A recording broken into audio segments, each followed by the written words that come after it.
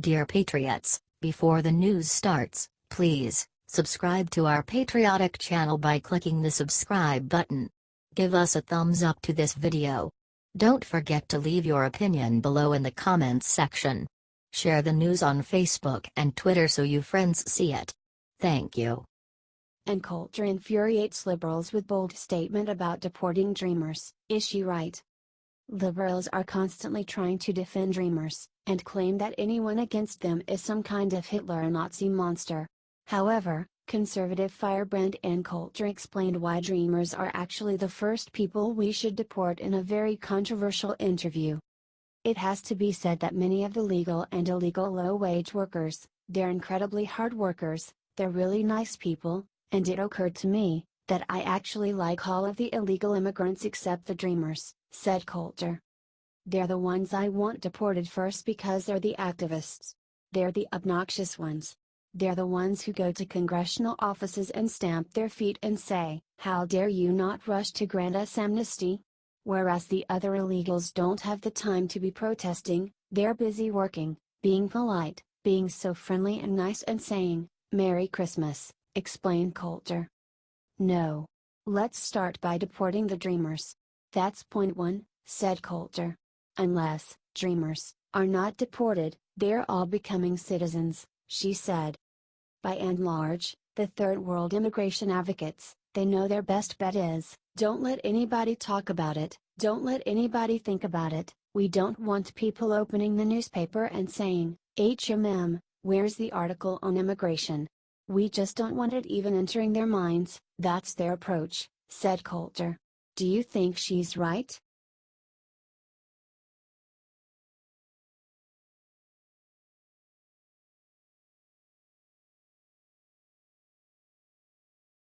Trump Jr. breaks silence to say the one thing his father never could on Charlottesville. The mainstream media took all weekend to try and label Trump as a Nazi sympathizer and Trump supporter.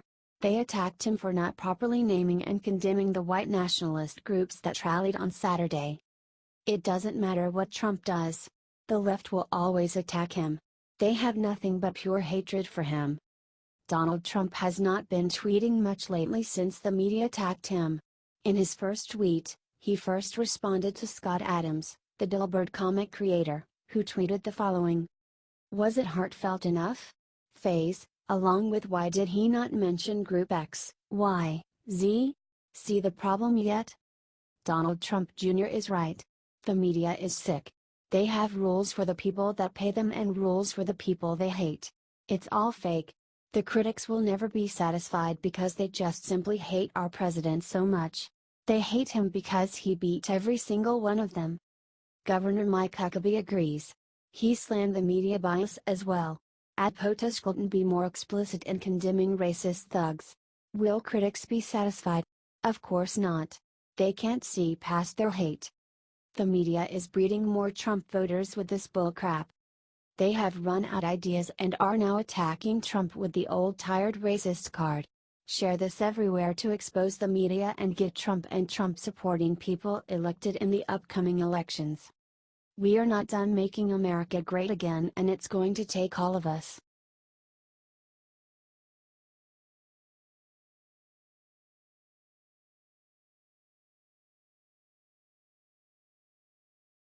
Crisis averted. Trump just got North Korea to do exactly what he wanted them to. President Donald Trump has been attacked by basically everyone in the media for his handling North Korea. He did not let that stop him, and now it is paying off big league. Less than a week ago, North Korea was declaring their intention to nuclear strike Guam in defiance to the U.S. Trump threatened to obliterate them, and, despite the left seemingly siding with Kim Jong-un, last night the impossible happened. North Korea has declared they are backing off threats to Guam. Kim's official statement from his state media was, if the Yankees persist in their extremely dangerous reckless actions on the Korean peninsula and in its vicinity, testing the restraint of the DPRK, North Korea, the North, will make an important decision as it already declared. This was the result of hard negotiations by Trump for the last few weeks, including launching an exploratory committee to decide on whether or not to pursue criminal investigations into China's IP theft. This led to China earlier today ending their primary trade of coal and fish with North Korea. However, despite this amazing accomplishment of seemingly single-handedly averting a nuclear crisis, the media will certainly give Trump only criticism for his choices. The results speak for themselves. That's why, folks, we need all y'all to get the true story of North Korea and Trump shared everywhere. Remember, the American people don't need the media need the American people.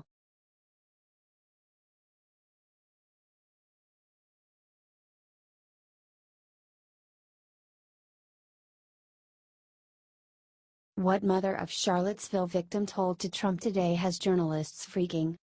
Susan Bro is the mother of the Charlottesville victim named Heather Heyer. She just issued a statement on Monday thanking President Trump for speaking out against all the violence and hatred from the other day. My condolences, also, to the grieving families of the two state troopers and quick recovering for those injured, her mother added. White supremacist groups ascended on Charlottesville and clashed with violent leftist protesters at the Unite the Right rally protesting the removal of a Robert E. Lee statue. Trump responded perfectly. He rebuked all the violence there. Heather Heyer was ran over by a man with ties to white supremacist groups. He injured many others. Here is Trump's amazing response to the violence. Heather's mother was right to be proud. During the statement, Trump made clear that racism is evil and then called all the KKK, neo-Nazis and white supremacists hate groups and repugnant. They are. Share this if you are proud of our president and are praying for all the victims involved from the all-Democrat rally that happened in Charlottesville. God bless this country. We are going to keep fighting against the hate-filled left.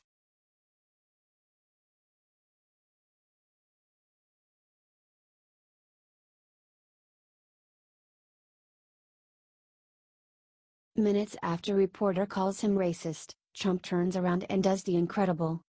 President Trump and CNN's resident Dick argued with Trump and tried to insinuate that Trump hadn't condemned white supremacist hate groups enough. Then Trump responded with something incredible. They've been condemned. They have been condemned, Trump responded. Acosta then asked why Trump isn't holding a press conference even though he had just held a press conference this morning. Trump then cut right to the chase and said he just had a press conference. Acosta then asked if he could ask more questions. Here's how Trump responded. It doesn't bother me at all, but you know, I like real news, not fake news. You're fake news. Trump then left the room. Acosta sure got the message, shut the hell up. As the president was walking out, I responded that he has spread plenty of fake news himself, Acosta tweeted right after. The president said we just had a press conference. We did not. That's fake news. Acosta has attacked the president too much. Share this if you think that the press has lost all your respect and let's black out media with this post. Let's show them how many of us really hate their lopsided coverage. The Trump drain has only gotten stronger. Get this out there.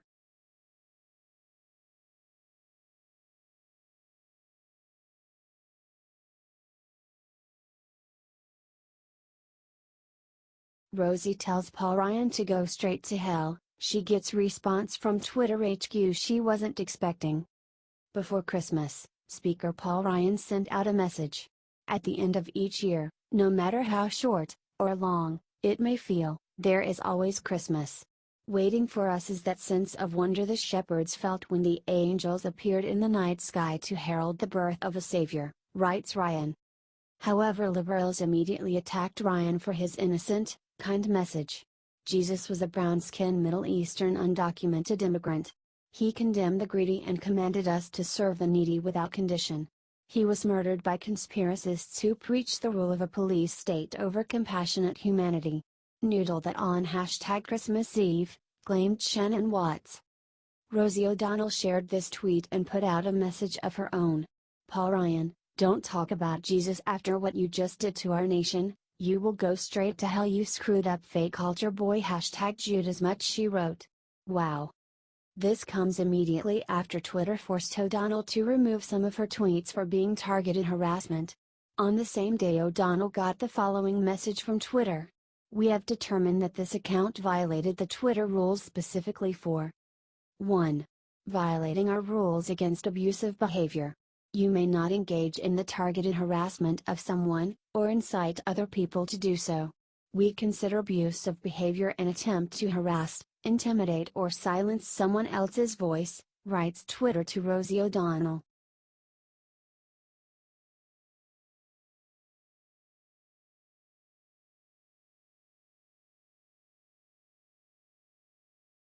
New York Times admits it spread a huge lie about Trump's Jerusalem decision.